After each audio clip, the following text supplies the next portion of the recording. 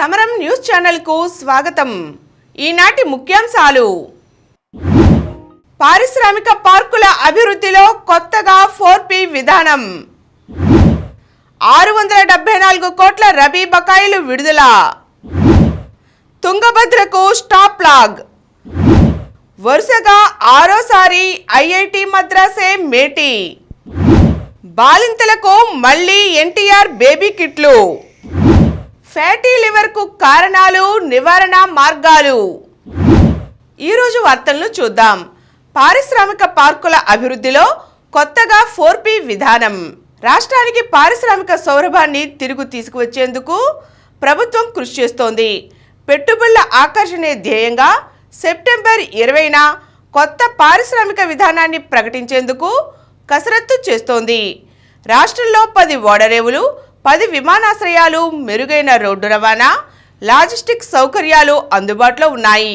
వాటిని ఉపయోగించుకొని పోర్ట్ ఆధారిత పరిశ్రమల అభివృద్ధిపై దృష్టి పెట్టాలి.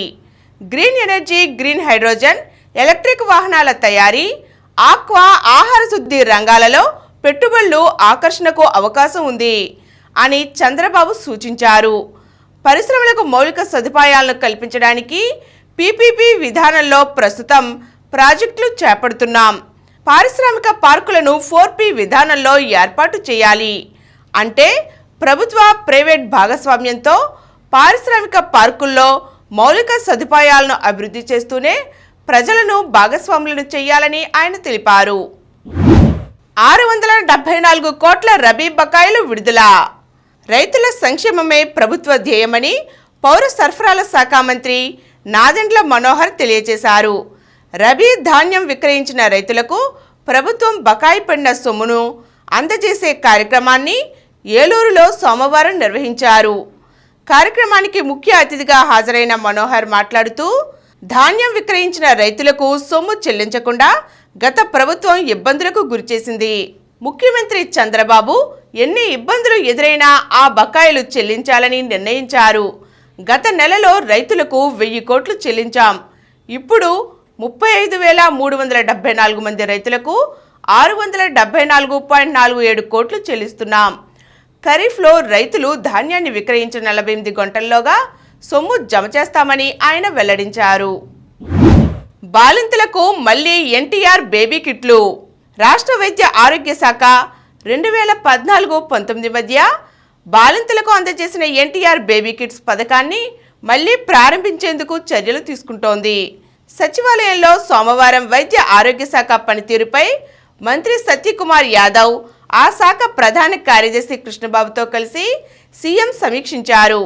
అసెంబ్లీ నియోజకవర్గ కేంద్రాలలో PPP విధానంలో స్పెషాలిటీ ఆసుపత్రుల ఏర్పాటుకు ప్రతిపాదనలు రూపొందించండి.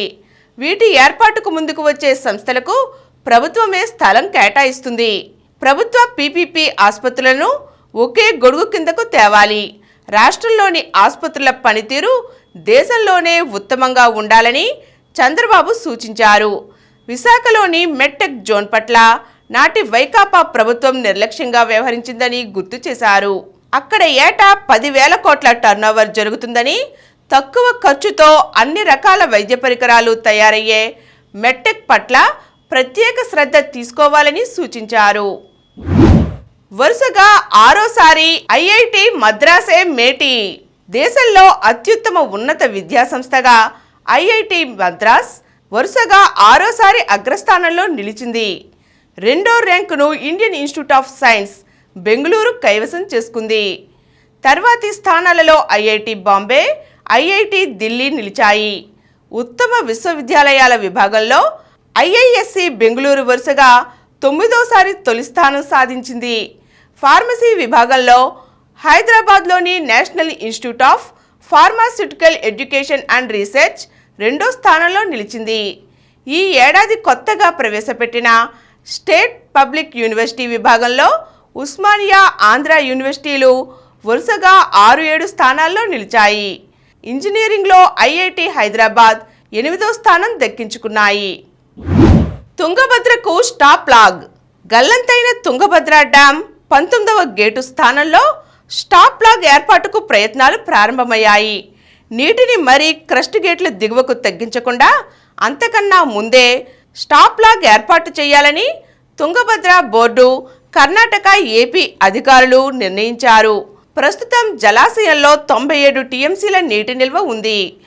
గేటు కొట్టుకుపోయిన సమయం నుంచి సోమవారం రాత్రి 9 గంటల వరకు మొత్తం 8 టీఎంసీల నీళ్లు ఖాళీ అయ్యాయి. డ్యాంల గేట్ల తయారీలో నైపుణ్యం ఉన్న కన్నయ్య నాయుడు జలాశయం వద్దకు చేరుకుని గల్లంతైన గేటు ప్రాంతాన్ని పరిశీలించారు.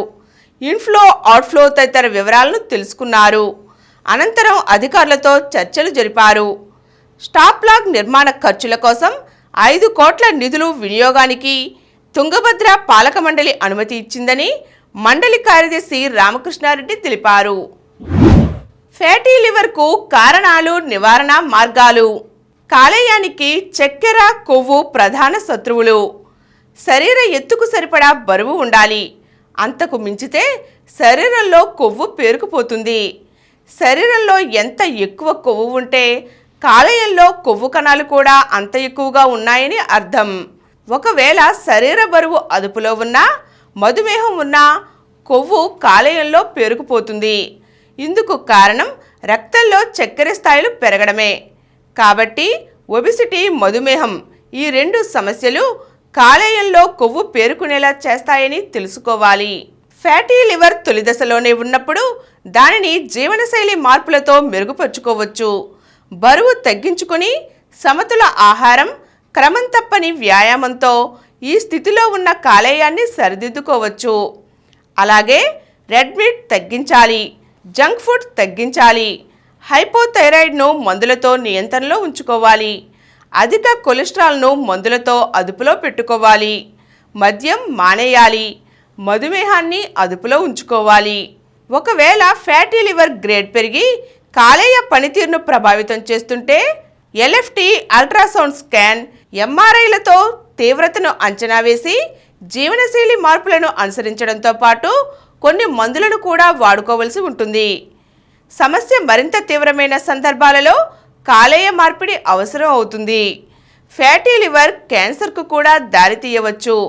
కాబట్టి దీని పట్ల అప్రమత్తత అవసరం. ఇప్పుడు కొన్ని సంక్షిప్త వార్తలు చూద్దాం. ఆంగ్రూ 3 నూతన వంగడాల ఆవిష్కరణ. ప్రధాని మోదీ చేతులుగా నేడు విడుదల. కన్సల్టింగ్ సంస్థల వ్యవహారంలో విచారణకు సిద్ధమా? సెబీ చైర్పర్సన్కు హిండెన్బర్గ్ సవాలు. హిండెన్బర్గ్ ఆరోపణలపై దర్యాప్తును సిబిఐకి అప్పగించండి. సుప్రీంకోర్టుకు కాంగ్రెస్ విజ్ఞప్తి. భారీ అణు విద్యుత్ కేంద్రంలో మంటలు. పరస్పరం నిందించుకున్న రష్యా, ఉక్రెయిన్లు. కుళాయి కనెక్షన్లపై తొలి రోజు 80,000 ఇళ్లలో సర్వే. కొత్తగా 10,000 రేషన్ దుకాణాలు. రాష్ట్ర వ్యాప్తంగా అక్టోబర్ 2 నాటికి 10,000 కొత్త రేషన్ దుకాణాలు ఏర్పాటు చేస్తామని మంత్రి నాదెండ్ల మనోహర్ ప్రకటించారు. దక్షిణాఫ్రికా, విండీస్ తొలి టెస్టు డ్రా. వెస్టిండీస్, దక్షిణాఫ్రికా మధ్య ఆసక్తికరంగా సాగిన తొలి టెస్టు డ్రాగా ముగిసింది. విండీస్, సఫారీ జట్లు గెలుపు కోసం తీవ్రంగా పోరాడి చివరికి తొలి టెస్ట్ను డ్రా చేసుకున్నాయి. మరిన్ని వార్తా విశేషాలతో రేపటి సమరం న్యూస్తో తిరిగి కలుద్దాం. Thank you. ప్రతిరోజు వార్తా విశేషాల కోసం అనతి కాలంలోనే 20 కోట్ల వ్యూస్ సాధించిన సమరం ఛానల్ సమర్పించు సమరం న్యూస్ ఛానల్కు సబ్స్క్రైబ్ చేయండి, లైక్ చేయండి, మీ ఫ్రెండ్స్కి షేర్ చేయండి. అలాగే ప్రక్కనున్న గంట సింబల్ని ప్రెస్ చేయడం మర్చిపోకండి. Please download Samaram Channels app from Google Play Store and watch your favorite channels. Click the bell icon and subscribe to the channels.